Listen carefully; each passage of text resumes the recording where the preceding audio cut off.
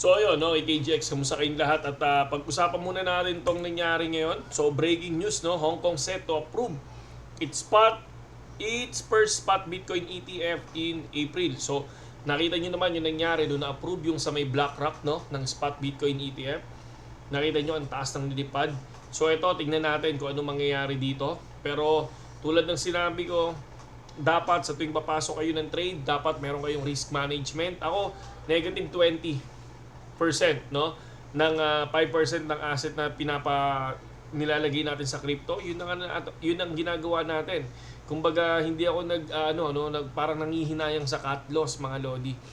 Medyo masakit ang ngipin ko, mga idol, pasensya na pag medyo nabubulol-bulol tayo, okay? So ito, abangan natin to, mga idol. And then punta tayo ngayon sa TA, mga lods, no? Kung titignan natin dito, 68.7, I think 68.7. So ayan, 68.7 or 68.600 pala to. 68.600, mga lodi. Para lang makita lang natin. Pakita ko lang sa inyo yung 68.600, mga idol. Okay? So itong 68.600 natin, kung mapapansin nyo, so rejected dito. So ngayon nag-rejected na naman siya. So possible ito yung support natin dito sa area na to, mga lods. Okay? Kung mapapansin nyo kahapon, nag-bounce yan dito hanggang dito sa gilid na to, sa area na to, and then biglang nag-massive drop, mga lodi. No? Kinuha lahat yung support natin, mga lods, no? Tulad naman ng sinasabi ko, once na kinuha yung support at nakita nyo bumaba dun sa support natin, dun tayo nag-entry ng short, tama? No? Kapag bumagsak na naman yan sa pangalawang support, pwede ka ulit mag-entry. So parang ito, kung titingnan nyo to, di ba, bumagsak siya dito sa support natin, umabot siya hanggang dito, so pwede ka mag-take profit. So ngayon, hihintayin mo yan na dapat yung candle nandito sa area na to. So possible, pwedeng bumaba pa yan. Diba, ganun yun. Ganun yung mga karaniwan sa nangyayari, mga lodi.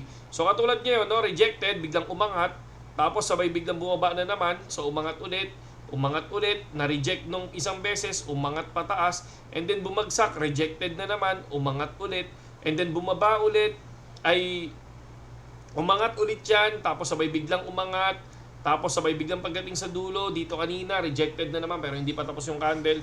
So parang andito yung support natin sa 68,600, okay?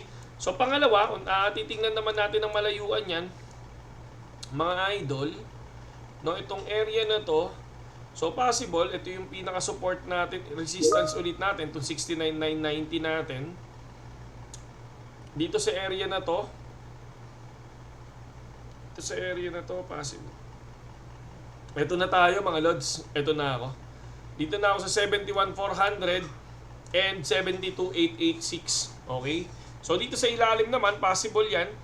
Dito sa area na to, pag bumagsak yan, may support tayo dito sa part na to, sa area na yan. Tapos may support din tayo dito. So pinakamalayong support na natin dyan, nandito na sa area na to. Okay? Ingat lang, mga lodi, sa 67.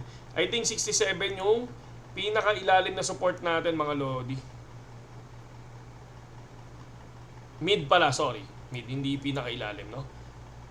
67 ang nakikita ko na dyan. So ingat lang sa trading, lagi nyo tatandaan, hindi 100% ang trading, mga lodi, no? Kaya may tinatawag na cut loss, okay? May tinatawag na cut loss, no? Kapag nakita nyo nagkamali kayo ng technical analysis, no, pwede kayo mag-cut loss tulad ng ginagawa natin, di ba? So pinapakita ko naman sa inyo yun. Kunyari, pag nag-cut loss tayo, yun. Kaya lang kahapon, wala akong entry sa Bitcoin kahapon. So naki-check lang tayo. Kasi inihintay ko nga yung 72,886. Ito yung sinabi ko sa video natin. Yan yung inihintay ko. Kaya lang, so nagulat na lang ako. Bigla na lumagpas na sa resist sa support natin ang pagka-check ko. Kaya hindi na ako nag-enter dito. No, hindi na ako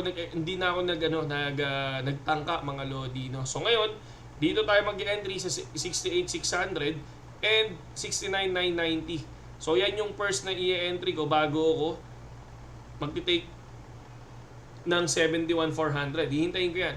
So 69,990, tapos pag lumipad ng konti yan, take profit lang. Tapos hihintayin ko naman tong area na to. Pag nakuha, ayun, take profit din. So yan, katulad nito, rejected na naman si 68,800, ay si 68,600, no? rejected na naman. So sa area na to, ako for me, baka ito yung ito yung support ko. So far ako ito ito yung susundin kong support ko kasi tulad ng sinabi ko, ako na yung gumagawa ng sarili nating graph mga lodi. Okay? So ingat lang KGX, laging mag-cut loss ng 20%. Okay? Yun yung sa akin mga lods. Okay? Sa mga gustong pumasok sa BitGet, pasok lang kayo, nandiyan lang yung link natin sa description sa YouTube channel natin. No, nandiyan dyan. Tapos pasok kayo sa Telegram. Okay? Salute sa lahat.